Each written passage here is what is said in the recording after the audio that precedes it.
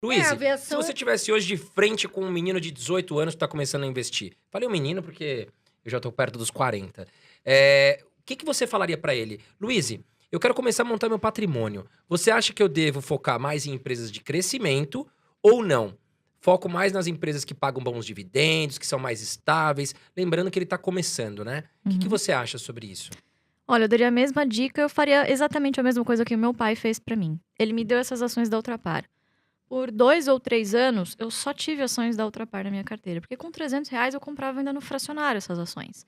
Então, o que é muito importante pra gente?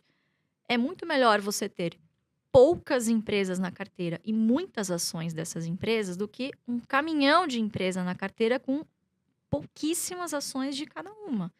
Porque fazendo isso, o que acontece? Você não ganha nem na valorização, certo? O que você ganhar vai ser irrisório e não ganha nem com o dividendo. Então, até o Warren Buffett fala, tem uma frase ótima que dizem que é dele, né? Hoje em dia, qualquer coisa no mercado que falam, dizem que é do Warren Buffett.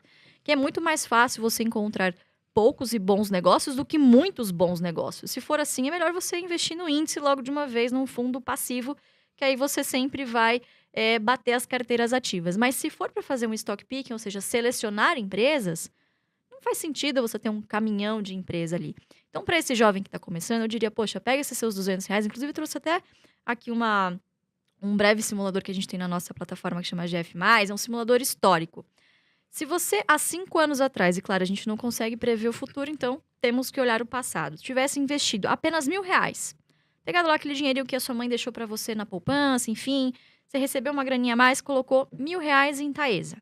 E aí, todo mês se comprometeu, ao invés de colocar R$ 250 na poupança, a colocar na sua carteira previdenciária na Bolsa de Valores, na empresa Taesa. Enfim, porque é uma empresa, como já disse aqui, que tem suas receitas corrigidas pela inflação. Então, teoricamente, é uma boa empresa para você se defender da inflação.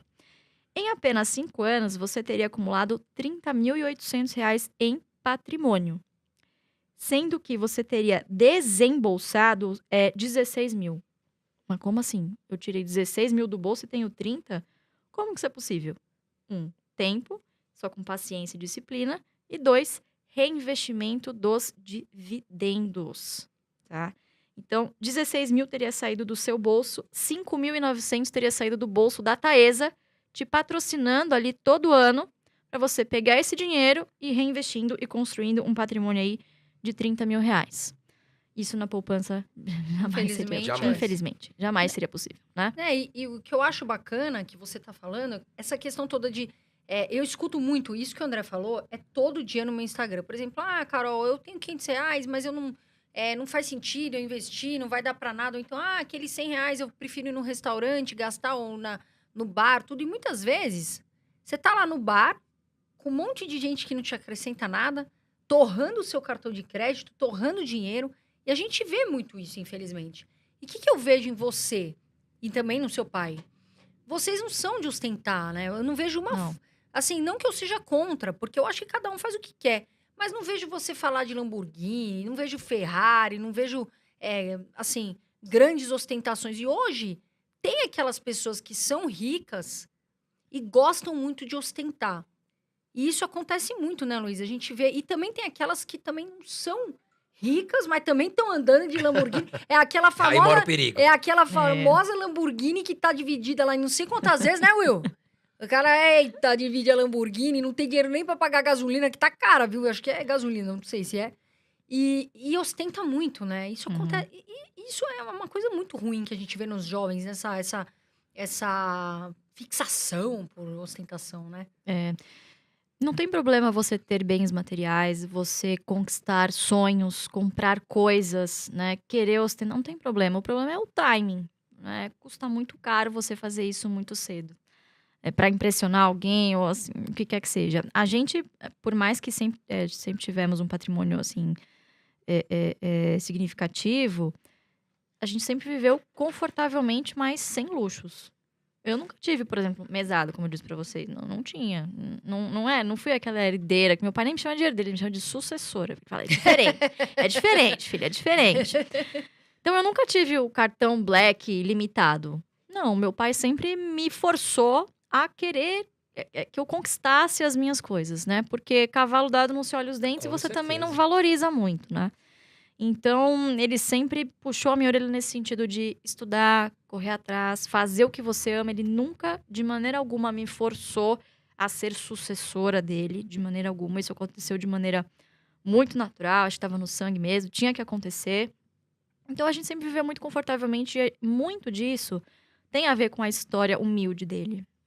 Ele cresceu de uma maneira muito pobre mesmo, né? A minha avó veio da Espanha, imigrante, uma mão na frente e outra atrás, comeu comida do lixo para que ele pudesse comer comida fresca. Então, algumas histórias assim que ele conta, sabe, pessoal, que é...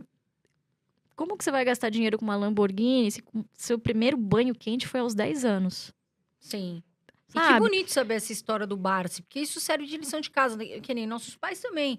Meu pai veio de Portugal também sem nada, né? A gente vê as histórias antigas e isso faz muito, muito parte da formação, né? Do mindset, da mentalidade, né? Das pessoas. Porque o que que eu vejo hoje? E assim, eu acho muito bonito você falar isso e ver que vocês são de uma maneira simples, né? Assim, talvez tenham conforto, né? E tudo. Sim. Porque as pessoas estão, na minha visão, ficando muito frustradas na internet. Porque elas veem aquelas coisas muito irreais. Sabe, o fulano anda com tal carro, tal carro. E quando a gente vê, você vê que aquela pessoa não deixou de investir o dinheiro dela, de fazer exatamente o que você falou, de ganhar no futuro muito mais. E aí sim ela ter o conforto, ou enfim, ostentar, né? Do que passar isso antes, na frente. E eu acho que conforto é você poder dormir à noite sabendo que você não tem sem boleto pra pagar, você não deve o cartão de crédito. Não adianta você ter uma Ferrari na garagem, tá cheio de dívida, você vai deitar à noite, você com você mesmo, e vai sofrer.